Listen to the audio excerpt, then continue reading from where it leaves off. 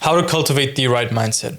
You see, when it comes to being consistent in what you want to do and just achieving your goals and not making excuses, not procrastinating and wasting time, the correct mindset is either something that is going to make or break any goal you want to achieve. You see, with the correct mindset, anything else can be wrong, anything can be messed up, but you're still going to see results because you have the right mindset. But the opposite is true as well. If you have everything that is right, everything is going perfectly, you have the perfect circumstances and environment, but you just have one thing that's missing, which is the most important thing, the mindset, then no matter what you do, no matter how hard you try, it's just not going to work out the way you want it to. So what is the right mindset? What is the correct mindset that you can use? What is the correct approach and way of thinking that is going to get you to your goals, that is going to allow you to progress without having to feel this being stuck, the feeling of being stuck that we've all experienced, I'm sure.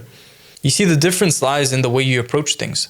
You see, boldness always wins the game. If you are bold, if you have this character of achievement, you know you're going to succeed. You know, it's a self-image. At the end of the day, it comes down to self-image. If you know you're going to succeed, you know you have what it takes to do the best, to be the best, then eventually you're going to do the best and be the best. It doesn't take a rocket scientist to figure out that if you see yourself as somebody who's going to succeed, that you're going to eventually take the action that leads to success, and hence you're going to be a success. And that is the mindset that guides you from point A to point B. And the reason why most people find it hard to stick to goals and the things they want to achieve is just down to one thing. It's motivation. They think they need motivation. They think they need inspiration. But most successful people have taken action when they least felt like it, when they felt like just not doing anything. It's like when your brain closes and it shuts off. That's the time when you need to take action, because like obviously take a break once in a while. If you're burnt out, take a small break. But for some people, a break is 5 months. For me, a break is 1 day maximum. I'm going to take a break, sure. If I feel burnout, if I feel like I'm overwhelmed from my work, 100%, I'm going to go and take a break. But the only difference is it takes me a day until I get bored of having a break and doing nothing, till I actually get back to work and start grinding again and just start putting my foot on the gas and giving gas and just bam, bam, bam, goal after goal after goal. Edit and record YouTube videos. Write my ebook. Make my products, link in the description. Journaling, reading, going to the gym, eating healthy, fasting, being clear about my goals, filming, recording, doing all of these things. You just have to be so precise and so sharp that nothing else can get in your way. You can't possibly ever procrastinate, because how can you procrastinate when you have consequences? If you touch a hot stove, you're going to get burnt immediately. And that's why you're never going to do it again. You're always going to be careful when you put your finger even close to a hot stove, because there's immediate consequence and feedback. You see, procrastination is the absence of consequence. When you don't have consequence, when you don't have direct feedback, your brain doesn't comprehend that what you're doing is bad or good.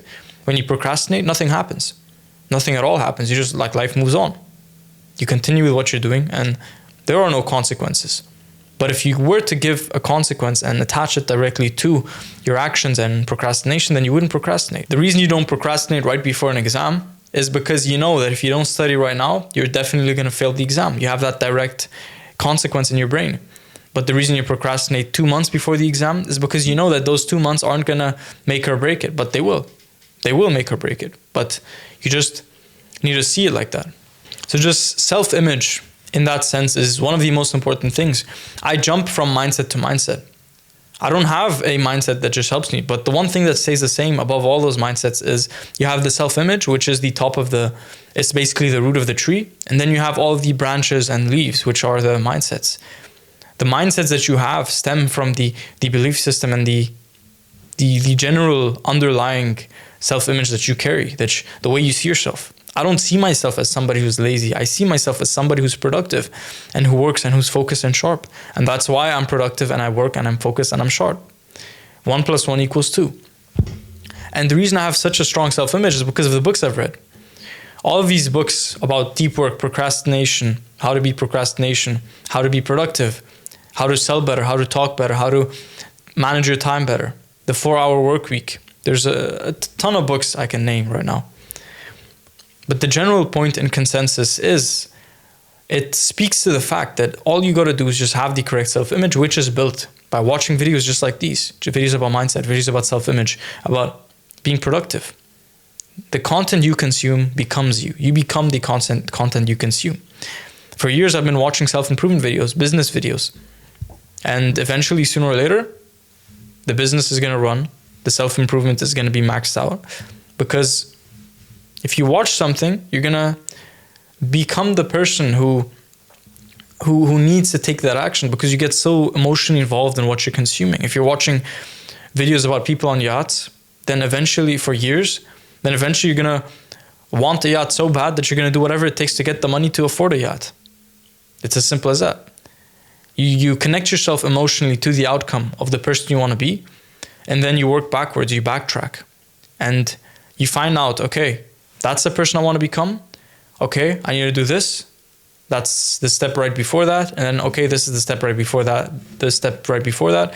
And then you have a chain of events, a chain of action steps that you can take that eventually stems from the outcome to the person you want to be. And it's just linking those two with action, not just with thought, because to create the bridge, to create the blueprint of the bridge, not the bridge, the blueprint, you need to think. You think and you plan, and you can write it down on a piece of paper. And then you have, okay, I have this outcome, and then I have step 1, step 2, step 3, step 4, step 5. And then to create the actual bridge, that is when you're going to have to take physical action.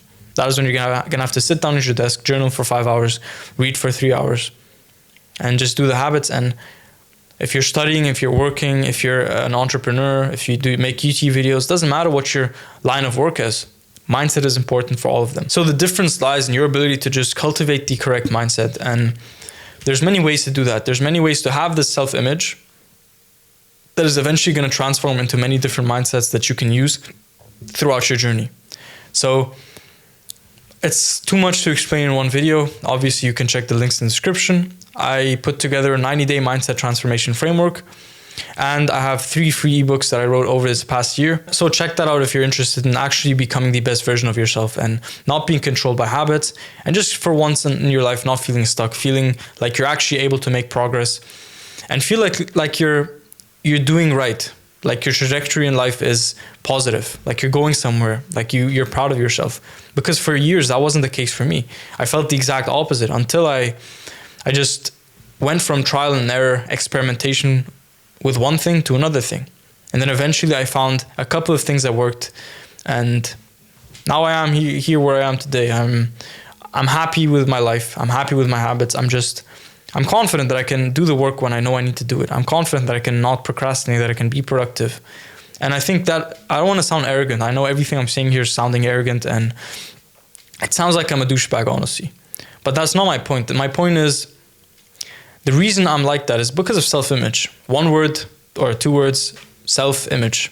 That's the only thing I can attribute to my ability to be focused and not procrastinate and just stay on the right path. So I'm done. I make videos like these every single day, videos about mindset, self-improvement, and the ideas that are going to level you up. So subscribe to the channel if you haven't, and you got this, bro.